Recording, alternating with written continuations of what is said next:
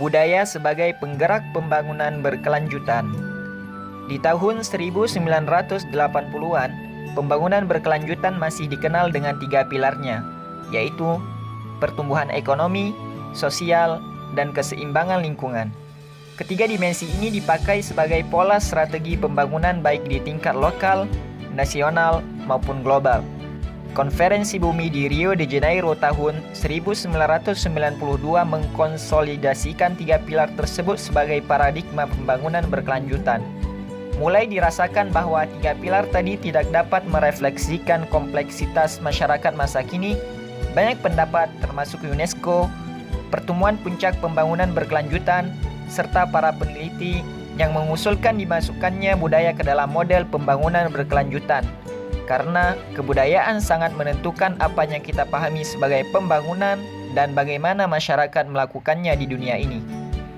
Pendekatan baru ini menunjuk pada hubungan antara kebudayaan dan pembangunan berkelanjutan melalui 2 hal. Yang pertama, pembangunan dari kebudayaan itu sendiri seperti warisan, kreativitas, industri-industri budaya, barang-barang kerajinan, wisata budaya, dan lainnya.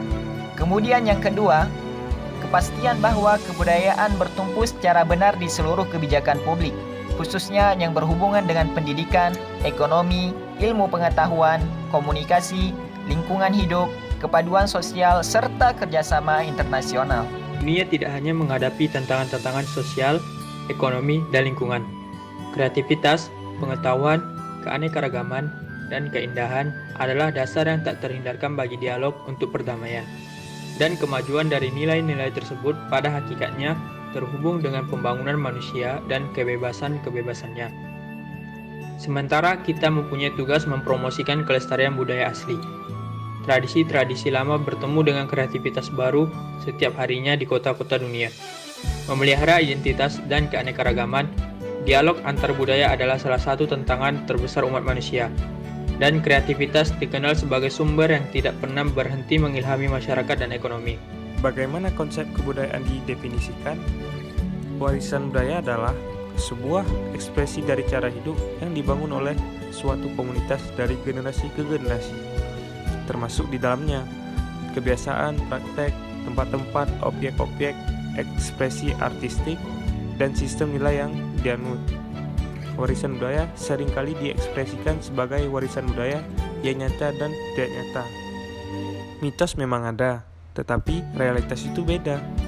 Dalam kenyataannya, tidak ada bukti yang menyebutkan bahwa keanekaragaman budaya adalah akibat dari fragmentasi dan konflik, atau bahwa sejumlah kebudayaan tidak kompatibel dengan pembangunan berkelanjutan, hak asasi manusia, dan pemerintahan yang baik.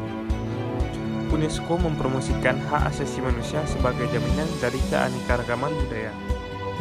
Adalah kebenaran bahwa pembangunan yang berakar pada budaya dan sensitif terhadap konteks lokal sebenarnya satu-satunya yang mungkin akan berkelanjutan. Pemenang penghargaan Nobel, Amartya Sen, menjelaskan, masalah kebudayaan merupakan bagian integral dari kehidupan yang memimpin kita.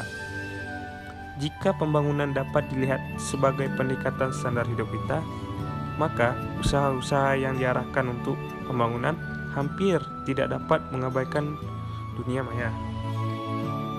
Kini, pembangunan berarti kebebasan, melebarnya pilihan, menempatkan manusia, yaitu anak-anak, laki-laki, dan perempuan pada pusat dari masa depan.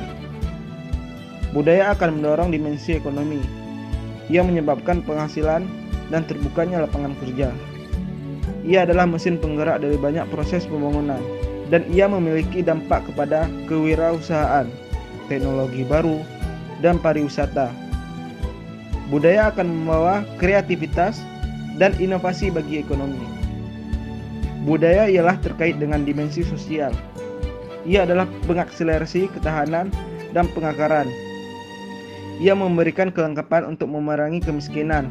Ia memfasilitasi partisipasi warga negara, dialog lintas budaya, dan peramaan hak. Budaya akan merangkul dimensi lingkungan karena ia menjelaskan identitas dan membangkitkan kepedulian pada tanggung jawab terhadap lingkungan. Nilai-nilai penting untuk pembangunan seperti kreativitas, pewarisan, pengetahuan, dan keberagaman, harus membentuk budaya sebagai pilar keempat dari pembangunan. Pendekatan yang terpadu dan holistik pada pembangunan hanya dapat dicapai bila nilai-nilai ini tereksplisit dan dioperasionalkan. Indonesia sebagai negara dengan lebih dari 300 suku bangsa dan berpenduduk 237 juta jiwa, tentunya memiliki kekayaan budaya yang hampir sama banyaknya dengan jumlah suku tersebut. Sebagai contoh, suku Jawa yang merupakan 41% dari populasi total Indonesia memiliki kesenian tradisional, yaitu pertunjukan wayang kulit yang umumnya digelar pada malam hari. Di samping membawakan sebuah tema cerita, pagelaran yang bersifat hiburan ini dapat digunakan untuk menyampaikan pesan, petua, bahkan kritik sosial kepada penonton secara jenaka. Pesan yang mengajak penonton untuk membangun desa atau menjaga kelestarian alam juga dapat disampaikan melalui pementasan ini. Dan pesan pun tersampaikan tanpa menyinggung perasaan para penonton atau pejabat yang menontonnya. Bentuk penyampaian pesan atau komunikasi secara seni budaya yang seperti ini juga dapat kita jumpai pada budaya suku-suku lainnya, walaupun dalam bentuk kesenian yang berbeda, misalnya lewat berpantun, monolog, berdendang, maupun pentas drama musikal.